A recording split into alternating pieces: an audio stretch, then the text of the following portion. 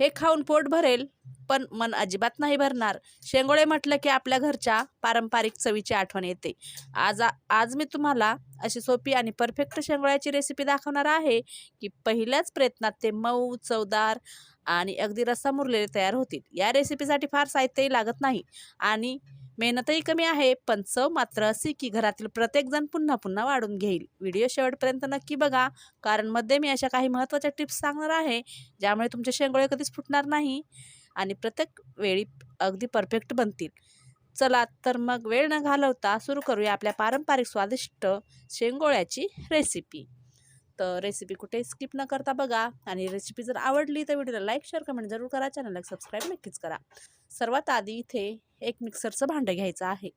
आता या मिक्सरच्या भांड्यामध्ये 8 ते 10 लसणाच्या पाकळ्या, 3 ते 4 मिरच्या, मुठभर कोथिंबीर आणि थोडेसे जिरे टाकून पाणी न टाकता हे मिश्रण आपल्याला वाटून घ्यायचं आहे. तर मिरच्या किती टाकायच्या, शेंगोळे तुम्हाला किती तिखट बनवायचे त्यानुसार तुम्ही मिरच्या घ्यायच्या आहेत. तर इथे मी बघू शकता वाटून घेतलेलं आहे. इथे थोडंसं ना अबडधोबड झालेलं आहे. आता मी एकदा अजून याला फिरून घेणार आहे. बघू शकता थोडंसं बारीक करायचं आहे. आता इथे लसूण ना थोडासा बारीक असल्यामुळे ना मी त्याला सोलून घेतलेलं नाही.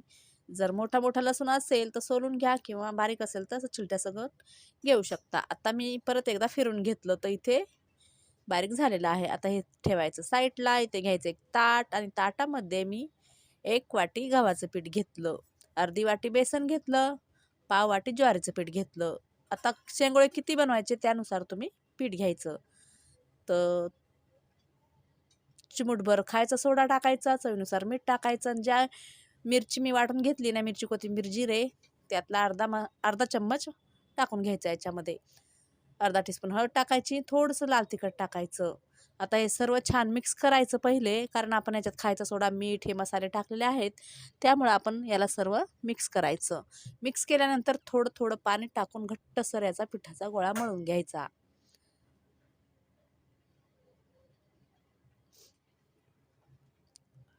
आता मी थोडं थोडं पाणी टाकून घट्टसर पिठाचा गोळा याचा मळून घेते.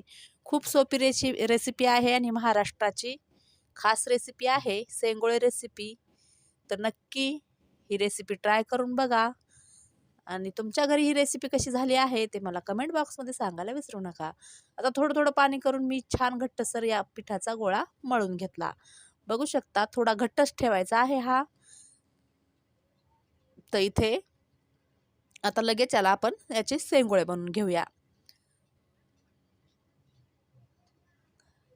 तर खायचा सोडा का टाकला मी याच्यामध्ये, तुम्हाला जर खायचा सोडा नसेल टाकायचा तर तुम्ही स्किप सुद्धा करू शकता.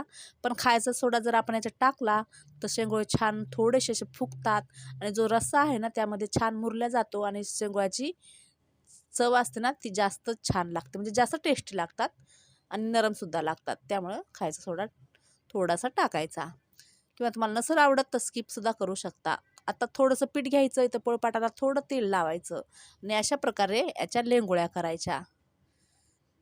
तर असे पतले रोल करून घ्यायचं आणि याला आता असं दाबून घ्यायचं. तर बघू शकता व्हिडिओ दाखवल्याप्रमाणे सगळे शेंगोळे मी आता असेच करून घेते.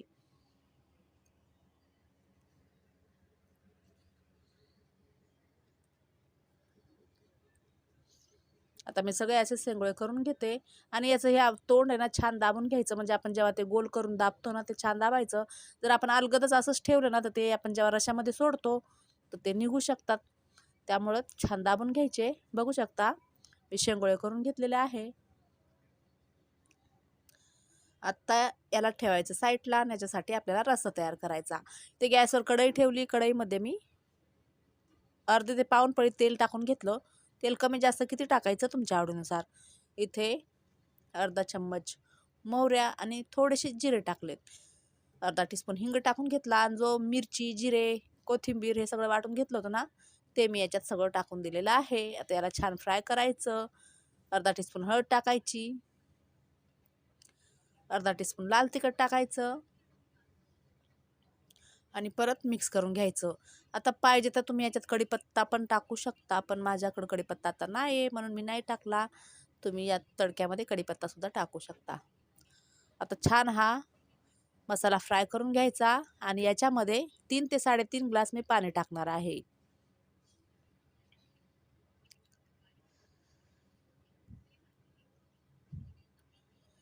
आता 3 ते 3.5 ग्लास पाणी टाकल्यानंतर चवीनुसार मीठ टाकायचं आणि याला छान असा उकळा येऊ द्यायचा. आता हे पाणी ना आपल्याला पातळ वाटत आहे ना, तर हे पाणी घट्ट व्हायसाठी काय करायचं ते पण मी पुढे सांगणार आहे. तर व्हिडिओ नक्की बघा, पूर्ण बघा, स्किप न करता बघा. आता चवीनुसार मीठ टाकलं. आता या पाण्याला उकळा येऊ द्यायचा. बघू शकता उकळा आलेला आहे. आता हा रस्सा थोडासा घट्ट होण्यासाठी काय करायचं बघा. एक वाटी घ्यायची, त्यामध्ये 1 चम्मच बेसन घ्यायचं आणि हे जे उकळं आलेलं शेंगोळे आपण याच्यात टाकणार आहोत ना, हेच पाणी थोडंसं या पिठामध्ये घ्यायचं, बेसन पिठामध्ये. तर असं केल्याने ना जरासा छान होतो, घट्ट होतो थोडा आणि चवीलाही छान लागतं. तर हे आपण छान मिक्स करायचं. त्याच्या आधी याच्यात आपण शेंगोळे सोडणार आहोत. तर मी अजून थोडं पाणी घेतलं वाटीमध्ये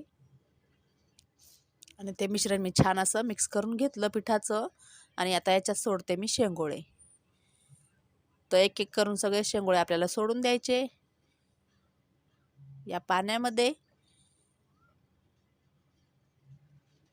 आणि शेंगोळे सोडल्यानंतर आपण जे पिठाचं मिश्रण केलं आहे ना, म्हणजे वाटेत पीठ घेऊन थोडंसं मिसळून घेतलेलं आहे ना, ते पीठ याच्यात टाकायचं आहे. बघू शकता हे पीठ याच्यात टाकायचं आणि आता थोडंसं मिक्स करायचं आणि फक्त 10 मिनटं आपल्याला झाकून ठेवून हे शेंगोळे शिजू द्यायचे. मध्येच मी थोडेसे शेंगोळे साईडला ठेवले होते, पीठ टाकायचं होतं म्हणून. आता ते मी सगळे शेंगोळे टाकून घेतले आणि हे शेंगोळे बनवताना ना तुम्ही याला ना अशी म्हणजे मी जसं कट केलं होतं ना, तुम्ही असेच लांबडे पण ठेवू शकता किंवा अशा प्रकारे गोलसुद्धा करू शकता. तर बघू शकता आता रस्सा थोडा पातळ वाटत आहे आणि आता शिजल्यानंतर बघा किती घट्ट झालेला आहे. कारण आपण वाटीमध्ये बेसन मिक्स करून याच्यात टाकलेलं आहे, त्यामुळं रस्सा घट्ट झाला आहे. जर तुम्हाला आवडत नसेल वरतून बेसन टाकायला तर तुम्ही स्किपसुद्धा करू शकता. पण रस्सा थोडासा याच्यापेक्षा अजून थोडा पातळ होतो, पण टेस्टी तर तेवढंच लागतो. तर इथे शेंगोळे रेडी आहे. शेंगोळे टाकल्यानंतर गॅसची फ्लेम मिडियम ठेवायची आणि 10 ते 15 मिनटं हे शेंगोळे शिजू द्यायचे. शिजल्यानंतर वरतून कोथिंबीर टाकायची, कांदा घ्यायचा, लिंबू टाकायचा आणि गरमागरम शेंगोळे खाऊन घ्यायचे. तर आता कधी-कधी संध्याकाळी पण आपल्याला पूर्ण जेवण बनवायला कंटाळा येतो किंवा मग कधी-कधी काहीतरी असं खावंसं वाटतं, तर त्यानुसार तुम्ही असं करून खाऊ शकता. तर आता एका प्लेटामध्ये घेते मी ही शेंगोळी रेसिपी. तर हे पोट भरेल पण मन नाही भरणार अशी रेसिपी, महाराष्ट्राची खास झणझणीत रेसिपी शेंगोळे रेसिपी रेडी आहे. तुम्हाला ही रेसिपी आवडली असेल तर व्हिडिओला लाईक, शेअर, कमेंट जरूर करा. चॅनलला सबस्क्राईब नक्कीच करा. चला तर भेटूया परत एका नवीन व्हिडिओमध्ये नवीन रेसिपी घेऊन. बाय. जय महाराष्ट्र.